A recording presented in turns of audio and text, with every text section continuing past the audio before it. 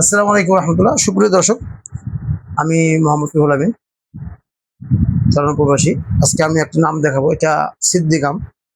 গাছে আলহামদুলিল্লাহ পেকে গেছে, এখানে স্পোর্ট করছে। যাই হোক, এই আমটা মিশরের একটা জাত এবং সিদ্দিক নামে পরিচিত আমটা।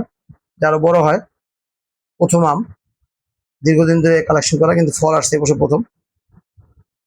আজকে দেখবো আমি জর্দানি আমটা খেয়েছি, আলহামদুলিল্লাহ একটু কালার হয়, লাল লাল কালার হয়। দেখবো আসলে ভিতরে কি অবস্থা। তো আসলে বিদেশি অনেক আম বাংলাদেশে ঢুকছে। দেখুন, কালার কিন্তু লাল টকটকা চলে আসছে ভিতরে। যে আমরা এখন এটার সম্ভবত আঁশ হবে না, বীজটা অনেক ছোট হবে আশা করা যায়।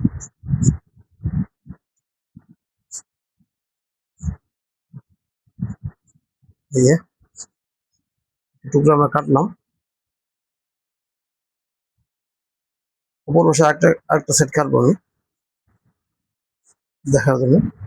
এটা 2 দিন ঘরে রাখলে আরো মিষ্টতা বাড়তো। আমি আগেই কাটলাম, জাস্ট এটা সরাসরি গাছ থেকে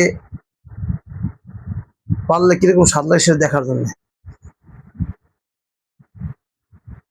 দেখুন, এখন কিন্তু ভিতরে কাঁচা কালার, এটা আরো একটু মজলে ভালো হবে। বিসমিল্লাহ।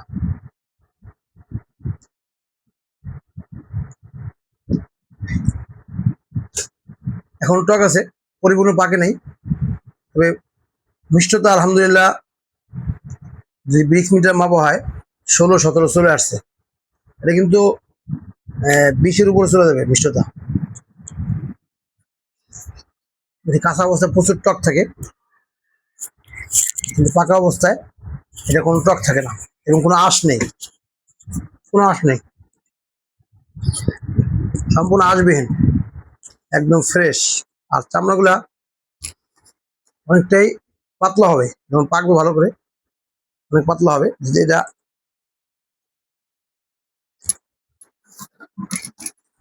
ভালো থাকবেন সবাই, বৃষ্টি অনেক পাতলা।